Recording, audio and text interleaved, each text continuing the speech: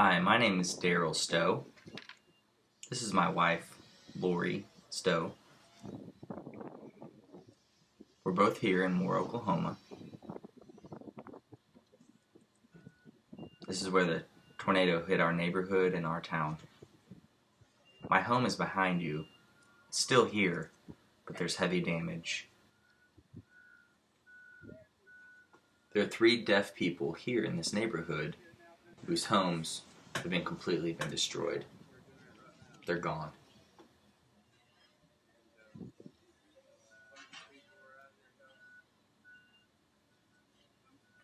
We all know that there was bad weather coming on Monday, but that was all we knew. Most people were watching the weather, but I was at work in Norman, Oklahoma. My wife, she was here working at Southmore High School. That day, my wife texted me, said, "Will you please pick up our daughter, Jamie? She's in high school." She was at a doctor's appointment that day. I said, "Yeah, that's fine, no problem." I texted my daughter and said, "Hey, I'm going to come get you at 3 o'clock when school lets out." I told my boss, "I'm ready to go home." My boss said, "Watch the weather." He had heard that there were extreme warnings. I was almost in my car when my daughter had texted me back and said, "Dad, you can't come get me." I said, "Why?" She said the school was on lockdown. I said, "What for?" She said, "We have bad weather. There's a tornado on the ground." I said, that feels weird. That doesn't feel right. It bothered me. So I stayed at my work. And, I'm deaf. So I couldn't watch the news. I couldn't know what was going on. I had a phone, but it wasn't working very well that day. I texted my daughter back and said, "Let me know when I can come get you." I texted my wife, and she was in the doctor's office just down the road from here. It was over on Telephone Road. And I said, "Where are you?" And she said, "Well, I'm here in the doctor's office. They canceled my appointment and we're going to reschedule it. They said, go, it's bad weather." The interpreter hadn't showed up yet. So I said, "Hold on, there's bad weather. I know my friend, he has a phone, and he's also listening to the weather." So my friend walked over and said, "Where's your wife at?" I said, "She's at the doctor's office." So I said, "Hold on just a minute." And he said that there's a tornado on the ground. So I texted my wife and said, "Please watch, be very careful. There's a bad storm. It's a bad weather. There's a tornado on the ground." My wife didn't know what to do. Maybe 15 minutes later, my friend said, "I just heard that there's now a tornado on the ground. It just crossed Santa Fe in 19th Street. That's right there. That's a quarter of a mile from here." I was in Norman, and so I texted my wife back and I said, "You have to leave. There is a tornado on the ground. It's right behind the school." My wife, she didn't want to leave. I said, "Go to your parents now. They have a tornado shelter." My wife said, "No, I just want to go home." And I said, "No, listen to me. The tornado is on the ground. It's coming straight for you." My wife said, "Fine, okay, I will." So she ran to the van, and then it started hailing. Big hail. And my wife became really scared. She had really never listened to the weather, always just kind of ignored it, so she had never experienced a tornado. And now it was starting to hail, the wind was picking up, and she became scared. She texted me, she said, "I'm scared, what am I supposed to do?" I said, "I'm telling you, drive it like you stole it. Hurry. Go to my parents' house now." So she's driving, and she said, "I can see people running, taking cover, jumping out of their cars." And I said, "Hurry up and go fast. I was out of there. The tornado is right next to you." She left at 3:12. My boss's daughter is a nurse at the Moore Hospital, texted her father and said, all of us are in the basement. At 3:11, then at 3:14, the tornado came across. It missed my wife by maybe 1 minute. If my hearing friend did not let me know, I wouldn't have known. My wife wouldn't have left. She probably would have still been there. She could have been dead. She could have been hurt. I don't know.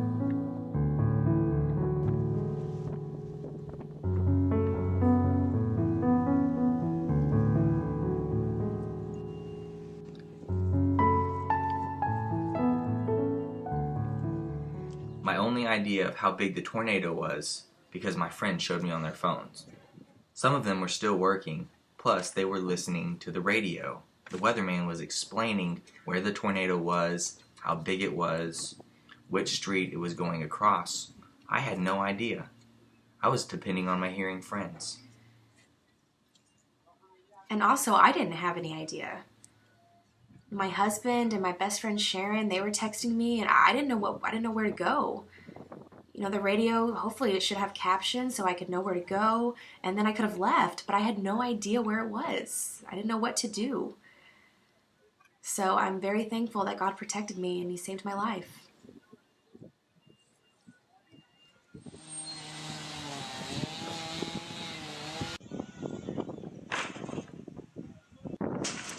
I think 12 years? Yep, 12 years that you've been here. This is my home. I bought this house 23 years ago when I was 21 years old. I've been here ever since.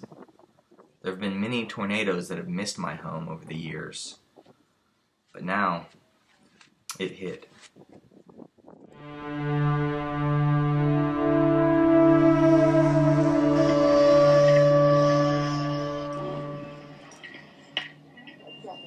I'm really impressed that our town, Moore, was well prepared for the tornado. I feel like I received plenty of information.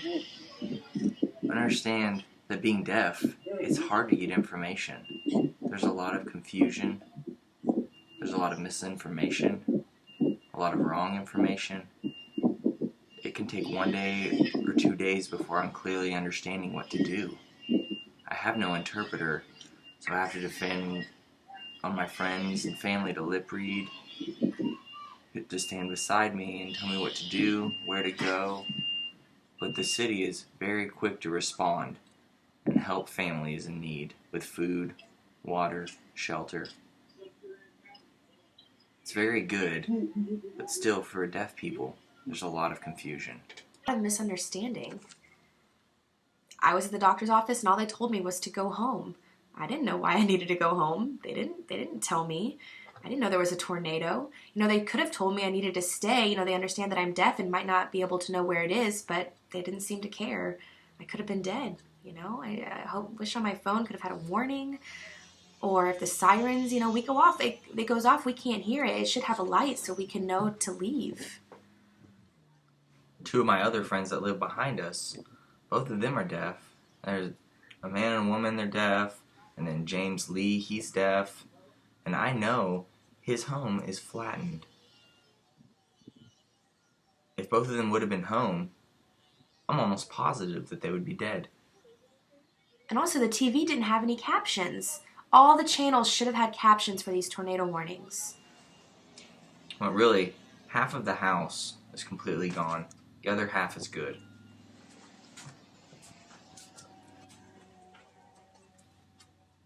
This is our living room.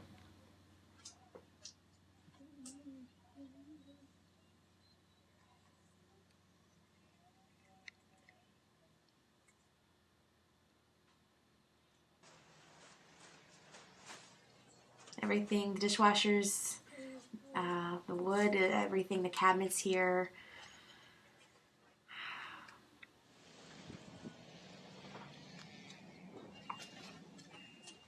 No, in the house is no good. All the windows are gone. There's mud and there's dirt everywhere inside the house.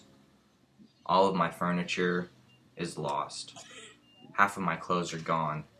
There's glass and everything. it can't be cleaned. Here's the video phone. It's not working. It's done.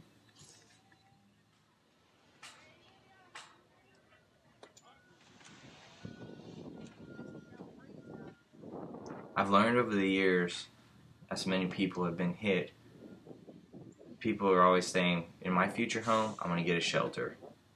And in the back of my mind, I'm thinking, wow, in 23 years, it's never hit until now. We need a shelter.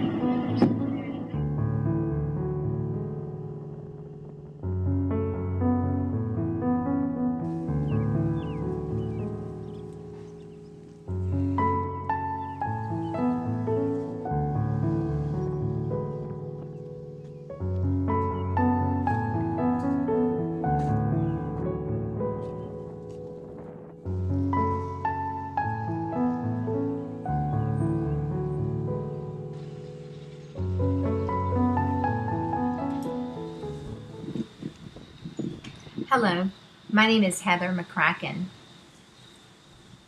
I'm former Miss Deaf Oklahoma, and I live here with my parents. What an overwhelming experience for me. I just couldn't imagine going through this before. I only have 4 weeks left before my baby is to be born, and such an awful experience. My first time experience with a tornado, and just a lot of overwhelming things have happened. So much to do. On that day, I was to go to work, and I thought, I don't need to go to work because I only have a few hours, and plus the news is warning us that bad weather is coming. It looked bad, rainy, cloudy, dark outside. But I decided to go ahead and go to work because they needed me to come in. I went into work, and then I heard that the weather was getting worse. The thunder was really roaring outside, and they told me I should go ahead and leave. So I texted my mom. I said, I'm stuck here at work. Where do I go? And she said she heard on the news. There's not a lot of caption on the news. So Mom was giving me the news through text. And she said, don't come home. Do not come home. They're reporting that in about 5 minutes, the tornado will hit the Warren Theater, which is just right over there. I said, where do I go? And she said, take shelter anywhere you can. So I work at a South 119th and Penn. She said, go to Homeland. Go to the Homeland store, the grocery store, and take shelter there.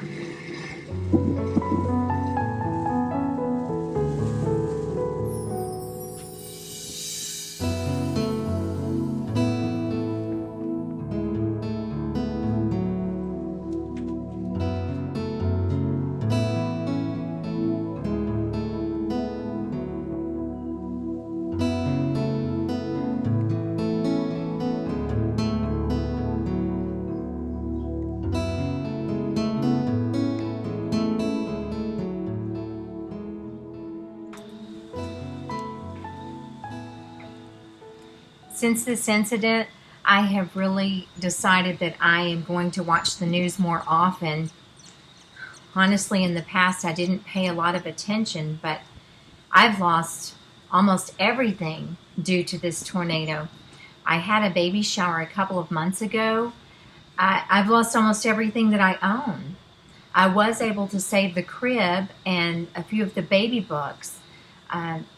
My mom was able to collect those two. I lost my cochlear implant even, which is so expensive.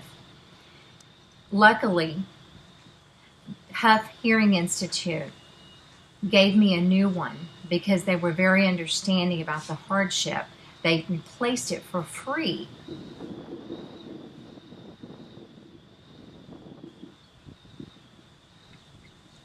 I was not able to save much, lost all of my pictures, things for the baby. I can't find those baby pictures, but I was able to save this picture of Matt Hamill.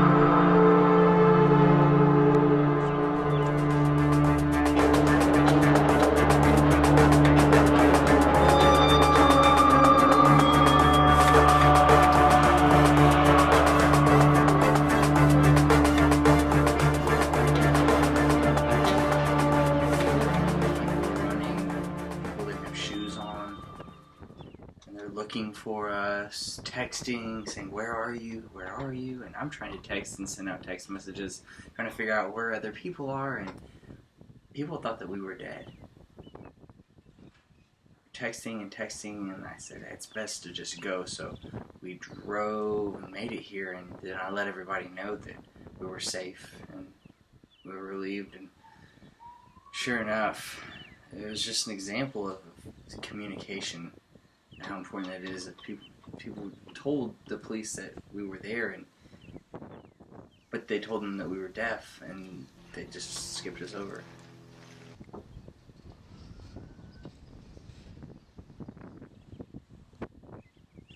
I was so shocked. I said, hey, do you mind if I have some water?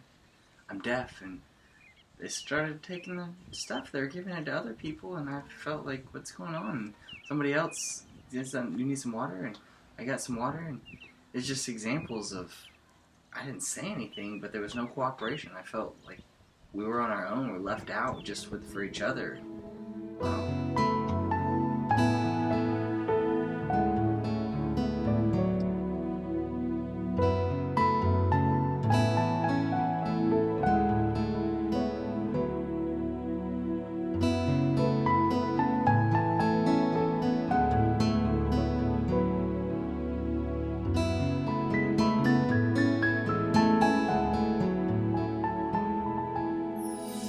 That they have a chance because they survived. But now they face the daunting task of cleaning up this and trying to rebuild. And yesterday we caught up with a family who is doing so without something that we all take for granted. Yesterday, as we were setting up for a story, we caught up with a couple who was pushing everything that they owned on a two-wheel dolly. Everything had been destroyed, and they had just a few boxes of clothes for their 3-year-old and 5-month-old kids and some precious pictures, and they told us they had been walking for nearly an hour before they finally got back to load up their car. The long walks and little items. And we were trying to get my daughter and my kids' clothes. We were loading it up, but everything is just completely ruined. There's fiberglass and everything, and is it worth washing again? No.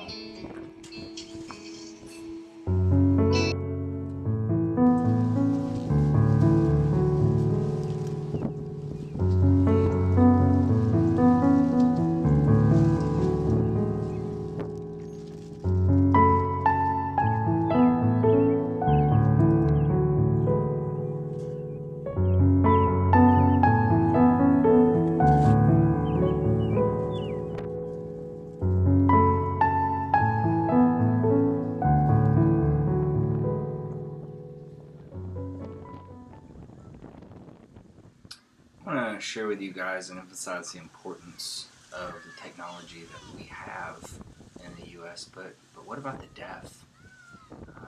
You have phones, iPhones, that gives you warnings, but sometimes I don't know where are the apps that are telling me where it's going to be. TVs have caption, but the apps don't. And I'm left wondering where the storm's going. Is that fair? I don't think it is. Now, we don't have any excuse here in the United States. The police are looking for people, but if you're deaf, or maybe if you speak Spanish, or you don't have a communication that matches yours, where are the people that are able to interpret? There's no time for all those things. What if you're hurt? What if you have an allergy? What if you have you have so many people with you, and there's babies, and you're worried, and all that kind of stuff? Anything can happen. They have the video remote interpreters. That technology, people that voice interpret for you, it's important to have that stuff on the phone. It's so much easier than having to bring somebody in. You can have an iPad that can have all that technology. And again, the police should be able to send a text message, or in the community, oh, you're deaf. Not that they're watching you, but being aware that, okay, this is deaf. We need to warn everybody and knows what's going on. If there's an earthquake or a fire, you can have an app that pops up and asks if you're okay. And then asks how many people are with you. You could press a button and say, are you stuck? It's easy to communicate and have immediate service to come and find you. the iPad and the iPhones, they don't have the same kind of captioning that we have for TVs. We must have equal communication. For instance, Red Cross, I didn't know where to go. I was hungry. Everybody had gone and was eating. I was hungry. I didn't know what to do. And I saw people bringing back food, and I said, where did you get that from? And they said, oh, it was over there. And they had already left. I was injured. I didn't know where to go to get medical help. They need to invent apps for serious disasters that will be able to help our community and to improve services for the United States. But not only for the United States, but for everywhere.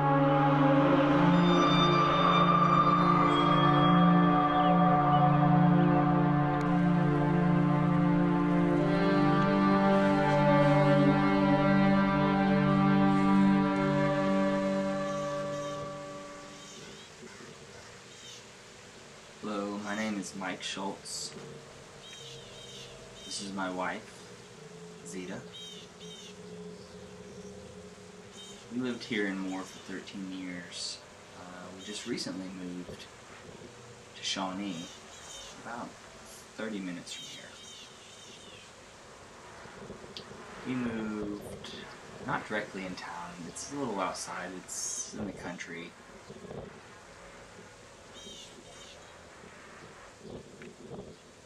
It was on Sunday, I was at work, and my wife and my son and my daughter, they were home, and I didn't know that the tornado had hit. I'd left my cell phone in the truck. Usually when I have it with me, the battery goes down quickly, so once I'm done with work and it's time to go home, get back to my truck, and I check my cell phone, and I looked at it, and I was so shocked to hear that a tornado had hit. Here's my son's car. You can see the destruction on the windows. And all the windows all the way around are broken.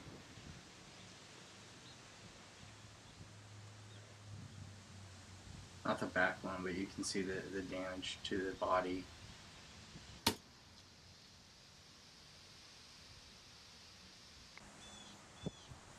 Well, I saw there was a lot of traffic going on, so I wasn't sure what to do, so we got prepared and we got to the laundry room and we were all ducked down and we could feel it when it was hitting and we just felt vibrations. It just felt like a boom all over us, and when it was all done, I couldn't hear anything, so I asked if they heard anything, but they said it was just really loud sounds, and so my daughter was crying, and once it was all done, I came outside and I could see the destruction, the trees down, the power lines.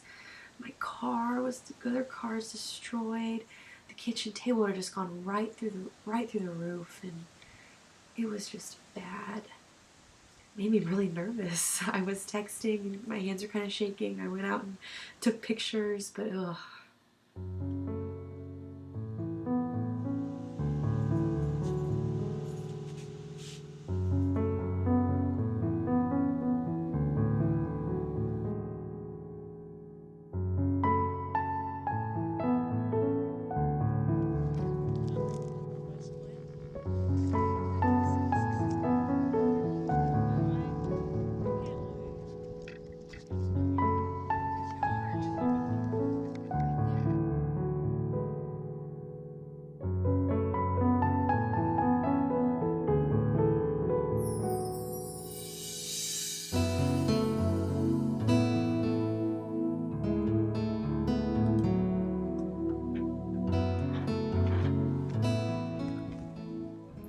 My name is James. This is my wife.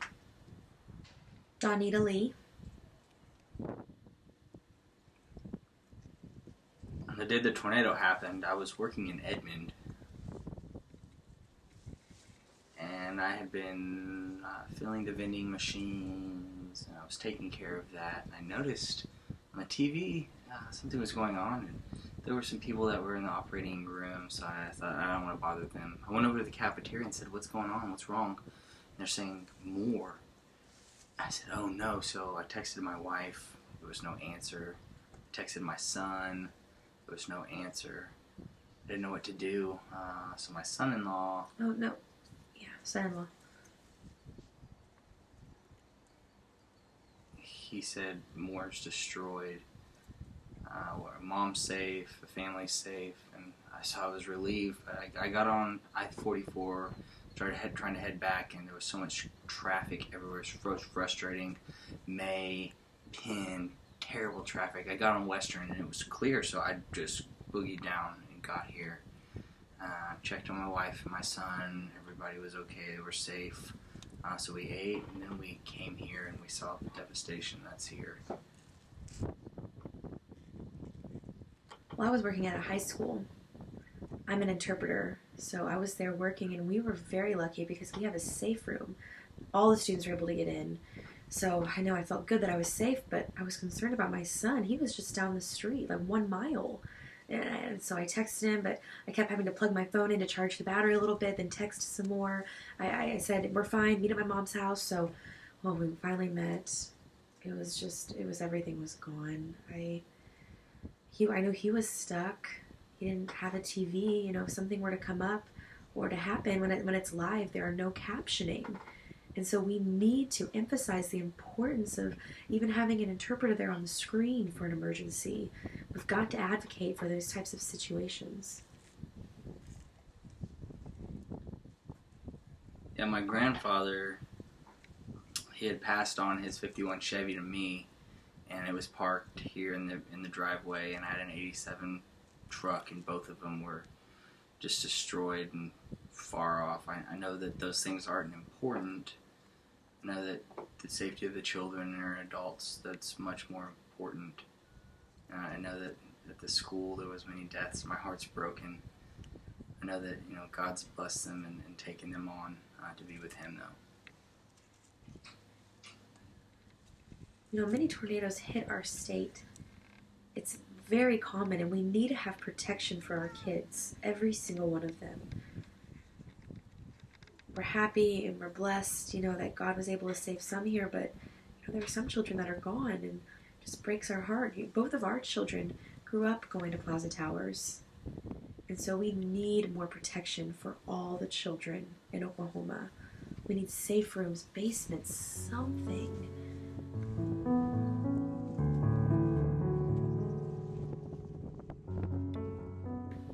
I know that it's very important to have caption and stuff on the TV. I didn't know what was going on. I was frustrated where the tornado was. What are they saying? Which place, where, and more?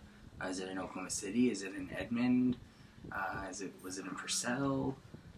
Was it south? Where was it? My imagination was getting the best of me, and I was scared. I was scared for my family, the stress of wondering where everybody was and where the tornado is. I felt overwhelmed. I said, where's an interpreter? Where's somebody who can tell me what's going on the TV, my laptop, on, you know, what's going on?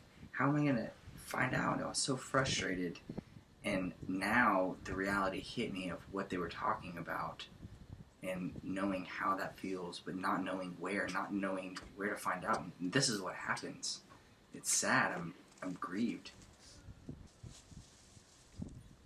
We were looking for our cat everywhere, and it seemed impossible until Wednesday.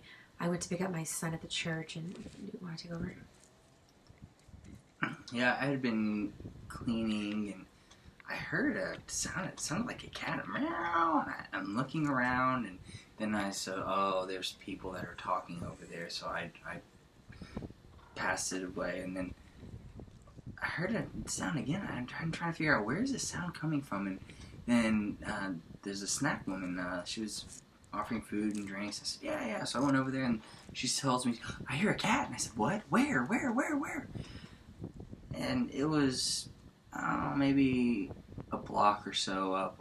We found the cat. I was like, "Oh, thank you." I picked it up. Dig for it, right?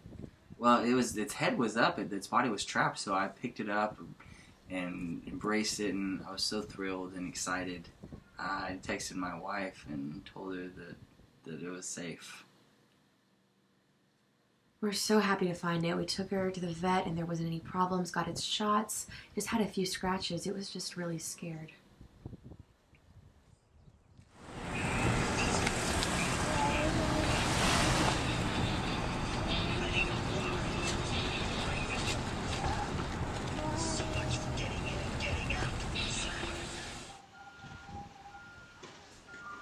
It happened so fast.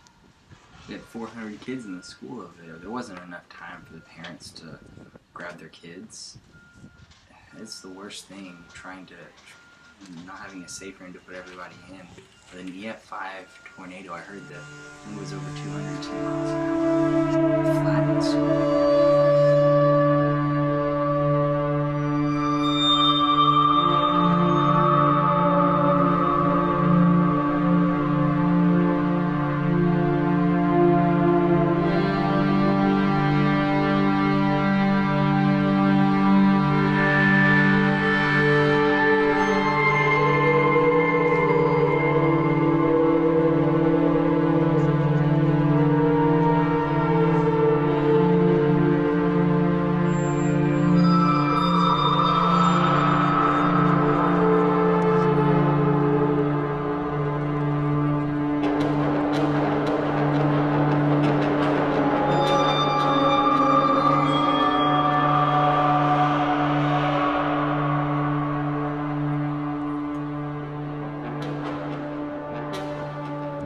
Many people have come up to us and showed us their sympathy.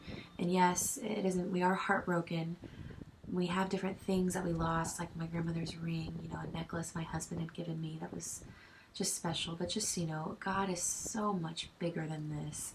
The blessings that have come from it, from our friends, family, the support from our church, your prayers, everything, all over the world, people praying for us. That's given us peace. And we could not have made it without God. And, He's given us a hope for our future, and we're just going to continue to depend on Him and trust Him. We trust God, and we're thankful for His blessings and for His love.